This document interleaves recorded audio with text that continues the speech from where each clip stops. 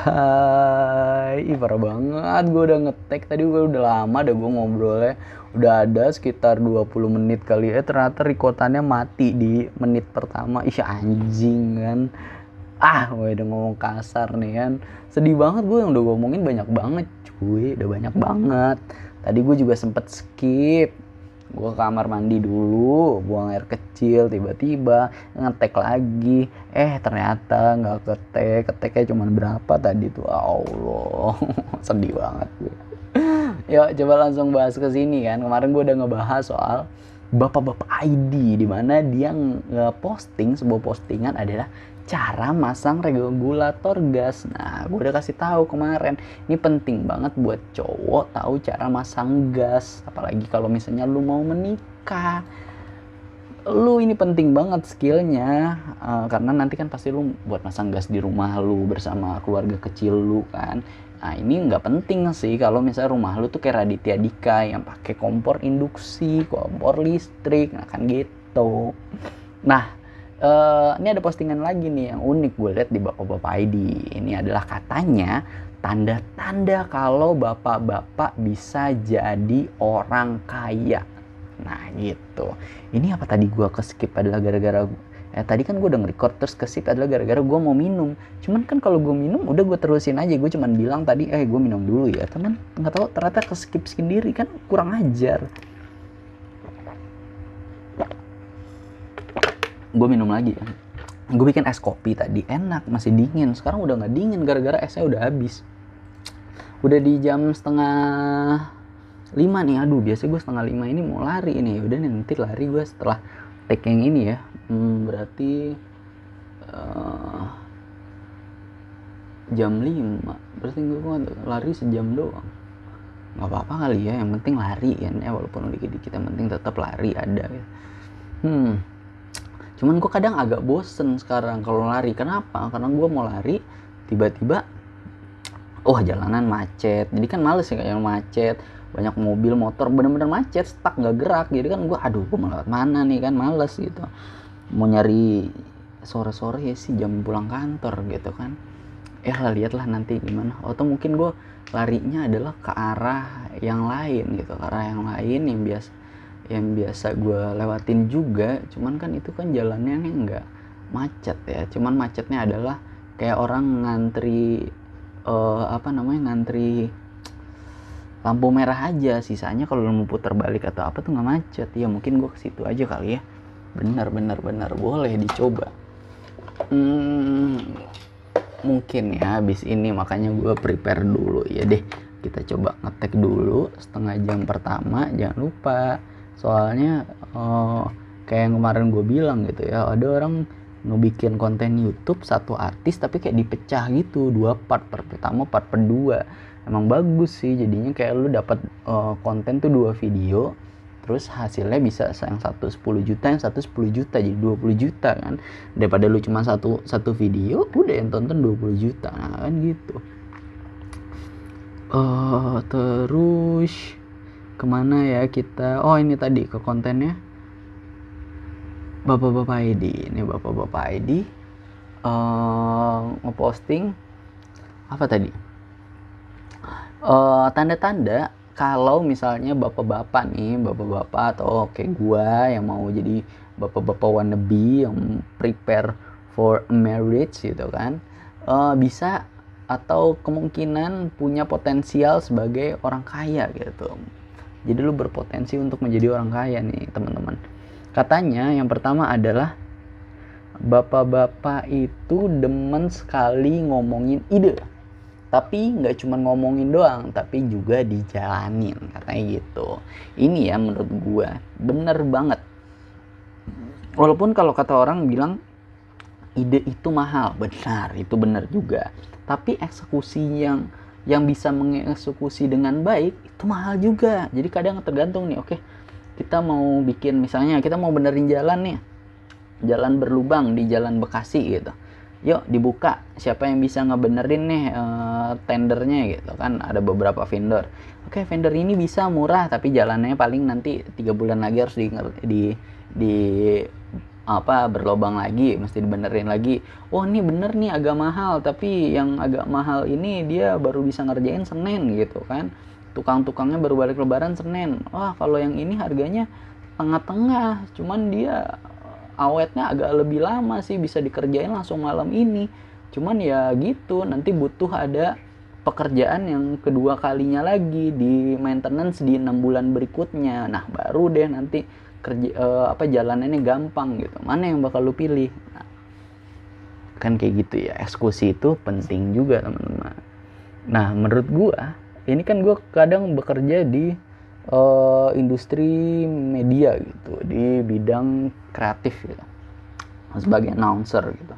Menurut gue ide itu penting, apalagi biasanya anak muda nih, ide-idenya liar-liar, bagus, kreatif, fresh gitu kan. Cuman nggak semuanya harus anak muda, kita butuh juga istilah orang yang berpengalaman atau emang yang udah lebih lama di industri ini. Istilah kita bilang adalah orang-orang yang tua, itu penting. Nah jadi yang eksekusi itu adalah orang tua, bukan yang mengeksekusi sepenuhnya ya, maksudnya yang nge-track atau nge-follow up. Jadi ide ini tetap stay on the track gitu, tetap bagus gitu, nggak kemana-mana gitu, nggak ada perubahan gitu. Nah ini butuhnya yang tua ini karena dia lebih pengalaman, dia lebih tahu juga gitu kan ininya harus kemana atau mau apa gitu. Terus makanya yang muda yang berkarya itu benar, jadi ide-idenya yang muda tapi yang eksekusinya kita juga butuh yang tua-tua ini gitu. Terus yang kedua, selain bapak-bapak punya selalu ngomongin ide dan juga ngejalanin idenya, ciri-ciri bapak punya potensi menjadi orang kaya adalah punya kebiasaan nabung dan investasi. Nah ini yang tadi gue lama banget ngomongin tapi tiba-tiba ke skip nih. Mungkin tadi gue udah 15 menit sendiri ngomongin ini. Coba gue lihat nih HP gue nih. Udah 7 menit kan, untung aja nggak ke skip lagi. Nih, yang kita tahu orang terkaya di Indonesia itu adalah Bapak Budi dan Bambang Hartono. Dia punya perusahaan pertama kali adalah jarum dari orang tuanya gitu, diwarisin terus sekarang dikembangin gitu. Nah, jarum apa Bapak kedua ini, Bapak Budi dan Bapak Bambang Hartono ini kaya dari jarum? Yang kita tahu perusahaan rokok ada banyak. Dan perusahaan rokok nomor 1 bukanlah jarum, ada Gudang Garam. Terus nomor 2 mungkin Sampurna gitu kan. Terus ada jarum juga, tapi yang terbesar yang mungkin kita bisa lihat Gudang Garam gitu. Terus kok kenapa bapak berdua ini bisa jadi orang nomor 1 terkaya di Indonesia, bahkan nomor 5 se-Asia gitu. Di Asia yang pertama nih yang paling kaya tuh yang punya Samsung dari Korsel. Yang kedua orang India. Nah ini bisa nih mereka berdua kadang ganti-ganti ya. Yang India ini kalau nggak salah dia properti gitu, real estate. Terus yang ketiga sama keempat itu dari Cina. Yang kelima dari Indonesia. Jadi nggak ada tuh dari Jepang atau dari Singapura, mas yang punya orang Indonesia. Gokil ya, emang penduduk banyak itu salah satu intinya gitu kalau mau jadi negara kaya gitu. Terus selanjutnya apa lagi nih ya, bukan jarum penghasilan kekayaan utamanya, tapi adalah dari BBCA, di mana BBCA ini dibeli sama Bapak Budi dan Bambang Hartono pada tahun Krismon kayaknya 98 kayak 2000 tahun 2000 gitu. Sorry maaf kalau gue salah.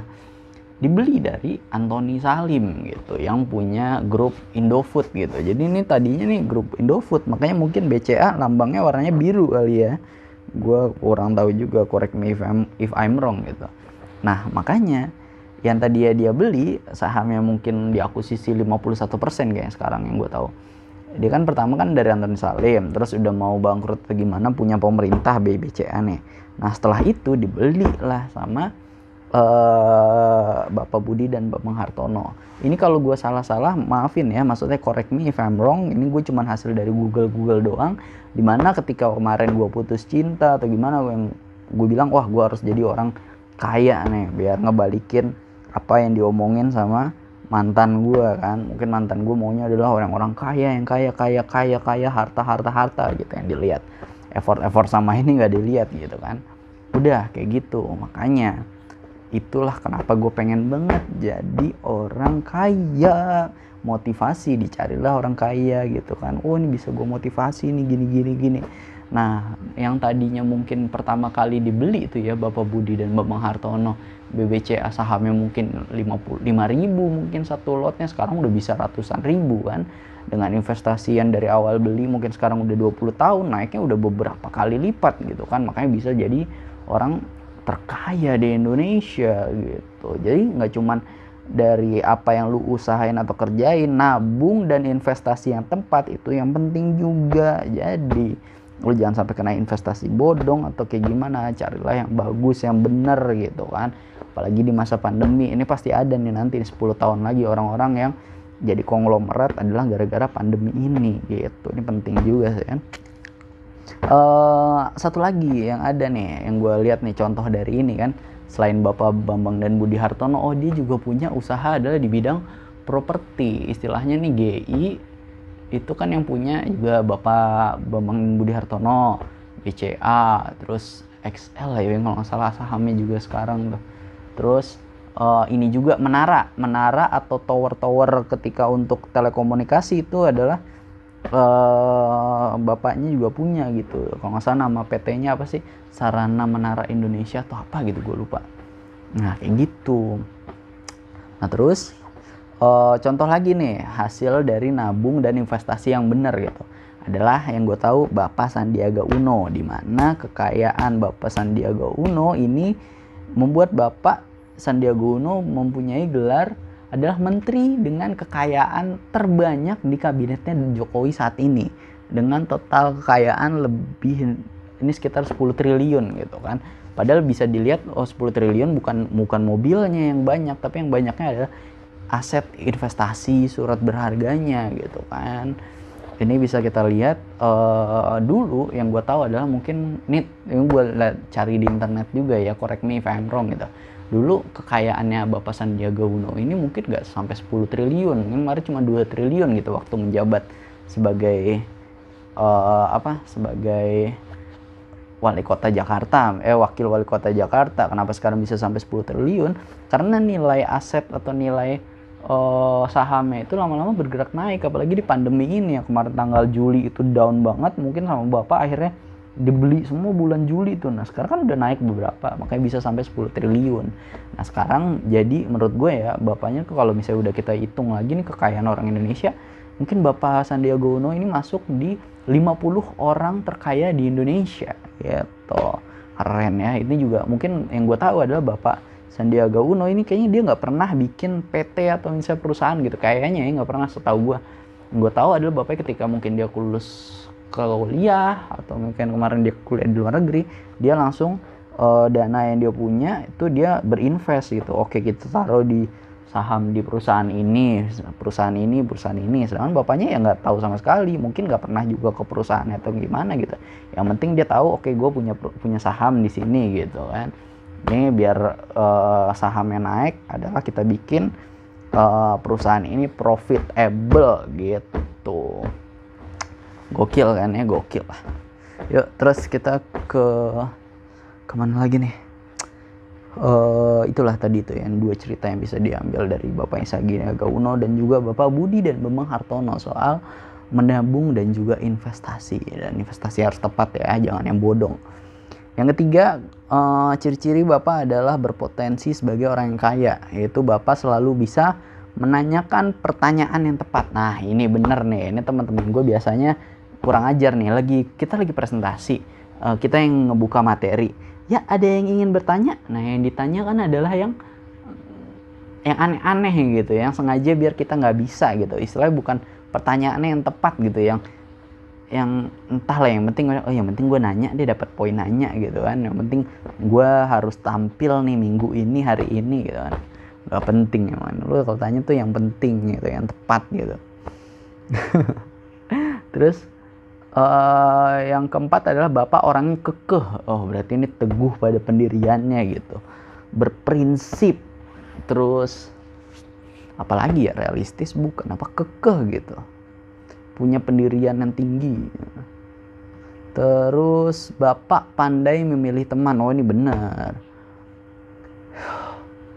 berteman tuh kayak, kan berteman tuh jangan pilih-pilih gitu, berteman sama semuanya gitu. Tapi kalau misalnya lu ini tahu nih teman lo yang ini ternyata nggak mantep nih, lu jangan ikutan yang nggak mantepnya gitu, yang negatifnya jangan lu ikutin, yang positifnya lu ambil. Nah jadi menurut gue gitu, lu bisa memilah negatif positif gitu, yang negatif yang nggak lu ikutin, yang positifnya lu kerjain, lu ikutin, lu belajar dari dia gitu kan. Misalnya temen lu ada yang narkoba gitu kan, udah lama gini-gini, cuman ternyata di penjara atau gimana, keluar dari penjara dia tuh pinter, misalnya dia pinter ini nih apa, mekanik atau kayak gimana gitu. Oh ya udah, akhirnya lu sama dia bikin bengkel gitu kan, cuman dia yang ngerjain, cuman bagian uang-uang ininya lu yang ngerjain, jangan sampai uangnya dipakein buat narkoba sama dia. Terus ya lu manajemen yang baik lah, if kalau nanti dia narkoba lagi gimana, ada backup mekaniknya atau gimana, mungkin kayak gitu kali ya, sependek gua kayaknya deh. Terus bapak makan nasi padang pakai tangan. Maaf nih, saya makan nasi padang pakai sendok. Berarti saya bukan calon orang sukses nih maksudnya, bukan calon orang kaya nih. Oh gila, slide terakhirnya mantep banget. Pantesan dari tadi gue lihat di kolom komennya nih yang paling atas Disco Pantera, dia bilang slide terakhir tuh oke gitu, mantap, jempol.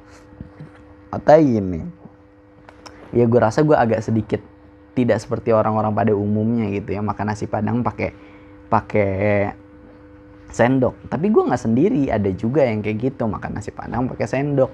Mungkin orang-orang yang nggak mau tangannya minyakan kayak gue, jadi enak pakai sendok gitu. Walaupun ada yang bilang katanya lu lebih enak pakai tangan, di tangan tuh nanti ada enzim gitu kan, bikin makanannya itu mudah dicerna atau lebih baik lagi gitu ya. Gue setuju gitu, cuman ya udah, gue nggak bisa, gue nggak, males tangan gue minyak gitu, nanti tangan gue bau atau gimana gitu kan. Cuman ya udah gitu, gue tidak seperti kebanyakan orang doang.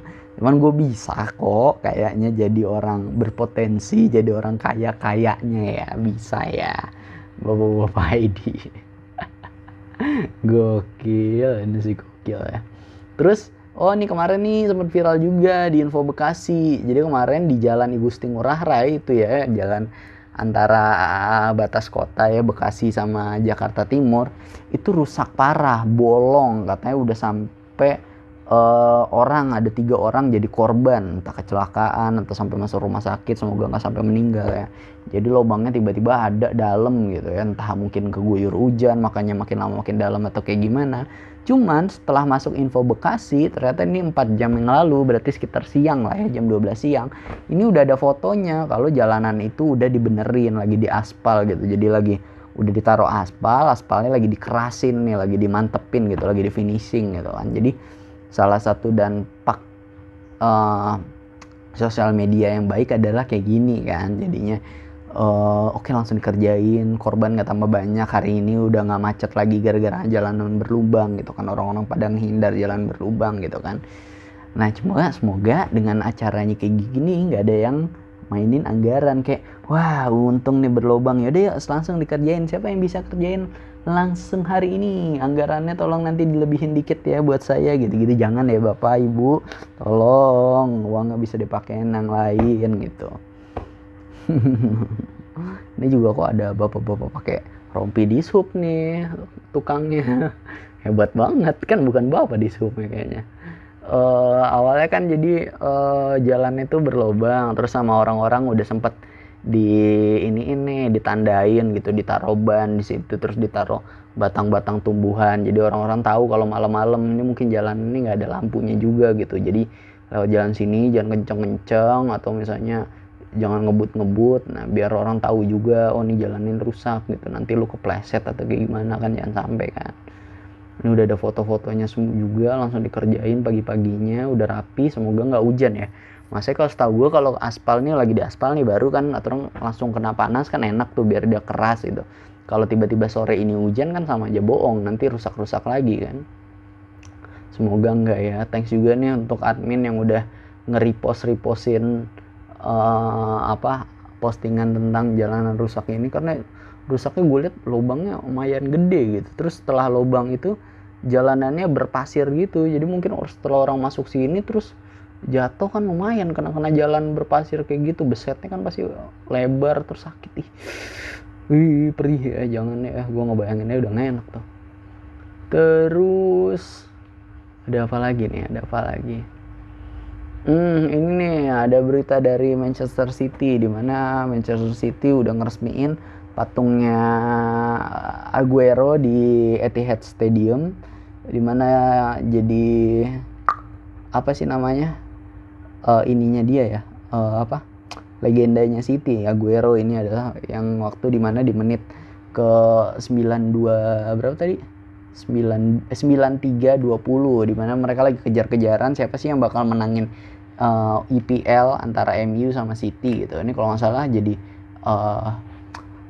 first EPL trophy di eranya Sheikh Mansur gitu. Entah di eranya Sheikh Mansur atau first EPL-nya Manchester City gitu.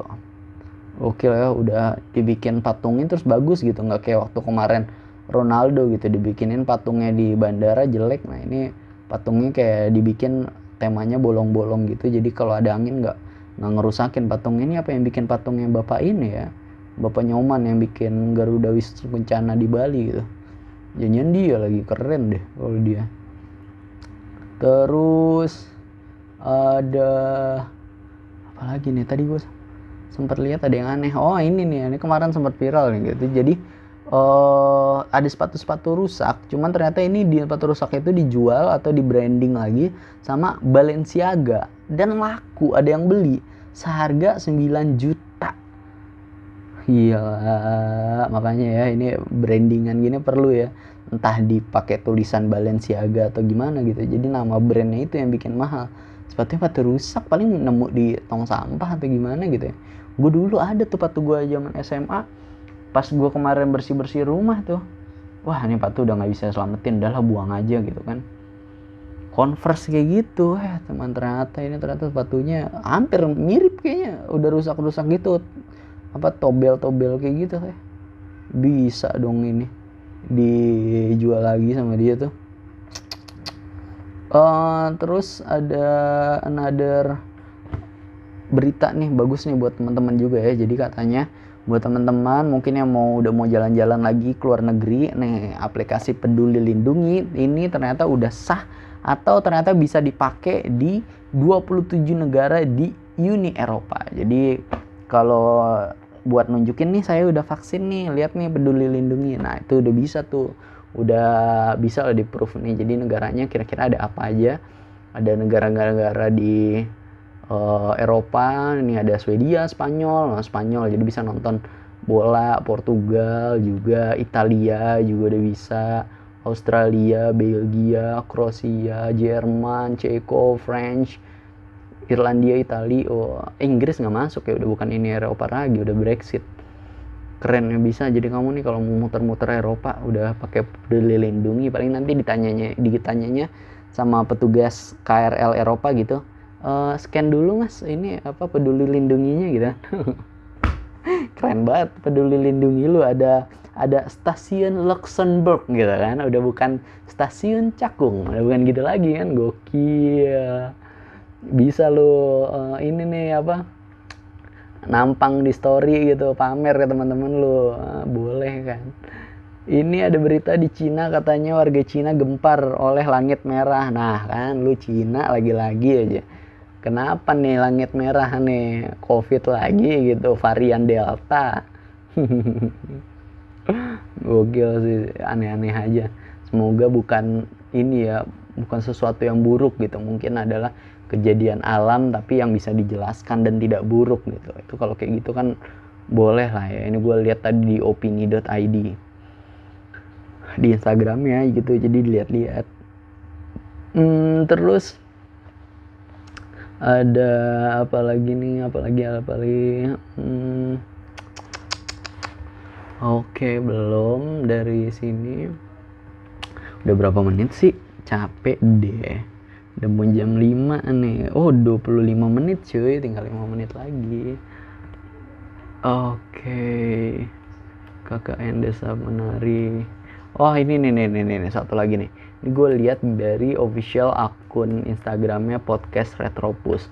Jadi ngeposting katanya perwakilan dari Manchester City itu ke rumah sakit bukan malah buat ngejenguk Mino Raiola, super agent yang kemarin baru-baru aja meninggal gitu. Tapi katanya kesana bukannya untuk menjenguk, tapi adalah untuk negosiasi transfer Haaland. Waduh, parah ya. Orang terjenguk, orang butuh istirahat nih. Orang City kekeh aja mau transfer Haaland. Sebenarnya sih benar gitu kan. Ada sisi benernya kalau dari City dilihat, makanya mereka ngerjain kan. Nanti kalau Mino Raiola tiba-tiba die atau gimana kan, malah buat negosiasinya susah lagi. Malah nanti orang yang baru yang ngewakilin terpikat untuk ke klub lain. Mending mumpung Raiola masih ada nih, dia kan pro City, udahlah sekalian aja. Bisa kali dia buat tekan kontrak, dia maunya berapa, yang penting tekan sekarang gitu kan. Gitu. Cuman kalau kita lihat dari pihak Mino Raiola gitu, misalnya keluarga gitu, dia lihat, aduh mas, kalau yang urusan ini nanti deh, biarin ininya buat sehat aja. Ini kalau diganggu kayak gini nanti bisa-bisa besok meninggal loh. Kalau mas terus paksa-paksa besok meninggal loh mas. Mino Raiola lagi sakit nih. Beneran meninggal dong. Ini gue bacain ya. Ketika Mino Raiola dikabarkan kritis di rumah sakit, pihak City langsung pergi ke rumah sakit untuk menemuinya. Dikabarkan bahwa tujuan utama beberapa perwakilan City tersebut untuk membicarakan transfer Haaland yang akan berlangsung musim panas nanti. Dikutip dari The Express, pihak City merasa hanya perlu untuk bernegosiasi dengan representasi Haaland karena dalam klausul transfernya Haaland memiliki release clause sebesar 63 juta pound sterling yang bisa ditebus oleh klub. Oh, jadi kalau transfernya bisa ditebus oleh klub, tapi kayak agreement yang lain-lainnya harus ke agentnya gitu, kayak gaji, terus deal-dealan bonus yang lain-lainnya gitu, misalnya fee transfer, terus nanti fee buat agentnya berapa, fee buat orang tuanya berapa, kalau misalnya Haaland jadi top skor berapa fee-nya, nah gitu-gitu ya. Itu biasanya ada tuh kalau kamu main Football Manager, pasti ada gitu kan. Cuman ya nggak etis lah, masa orang lagi sakit, bener kan tuh tadi kata keluarganya kan, gara-gara lu ngerecokin nih orang butuh istirahat, nah sekarang besokannya meninggal kan. Nah besok kagak mau deh tuh orang kantornya Mino Raiola biar pemain-pemainnya ke City, kecuali digaji gede-gede banget gitu. Semuanya ada harganya gitu kalau kata orangnya. Kalau kata coach Justin gitu, semua pemain itu ada harganya. Neymar aja bisa pindah dari Barcelona ke PSG gitu untuk 200 berapa juta gitu. Jadi semuanya ada harganya, remember. Gokil sih, makanya sekarang pemain Real Madrid sama Barca tuh close release-nya gila-gila gitu. Ada yang 1 billion gitu, ada 1 miliar, ada yang 400, kayak siapa, Rudiger apa 400 juta gitu dipagerin release clause di Real Madrid gitu. Gila, gokil.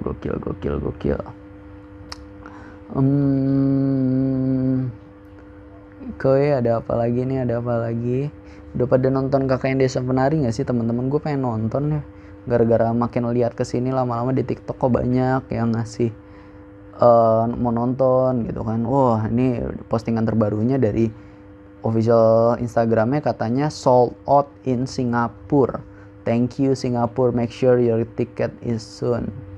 Jadi mungkin hari pertama sekarang kali ya di Singapura sama Malaysia. Katanya film Desa KKN Penari ini tembus di market internasional, di negara serumpun lah ya, Singapura sama Malaysia. Jujur ini sesuatu yang sangat bangga gitu, di layar lebar Singapura, di GV Max, Gold Class. Terima kasih untuk partner exhibition kami di Singapura dan Malaysia, Antena Entertainment, untuk dukungannya. Semoga hasil penonton terus menaik. Oh gokil. Padahal ini kalau kata mantan gue ya, jadi mantan gue pernah kerja di radio, dibilang ini di radionya dia udah ini kemarin dia udah promo tuh dari mungkin bulan apa ya, Maret apa Februari gitu di tahun 2020, ternyata baru bisa direalisasi ini sekarang di 2022. Tapi nggak apa-apa lah ya, gokil. Dan sukses berat juga loh, jadi film horor terlaris sepanjang masa. Nah 5 juta penonton per hari ini ya. Gue nggak tahu deh nanti berapa lagi. Sehari 100.000 orang nonton. Mungkin yang nonton bahkan udah ada yang seorang nonton 2 kali. Mungkin dia kemarin nonton pertama sama pacarnya, kedua nonton sama selingkuhannya, kan gitu, nggak ada yang tahu ya. Oke deh, itu dulu teman-teman. Udah 30 menit nih. Thank you so much yang udah dengerin, yang udah DM, yang udah komen, udah ngobrol-ngobrol juga. Semoga lu pada sehat juga. Doain gue juga bisa konsisten tiap hari, bisa bikin terus, bisa posting, bisa nge-tag. Thank you ya. And segitu dulu. Have a nice day everyone. Dadah, bye.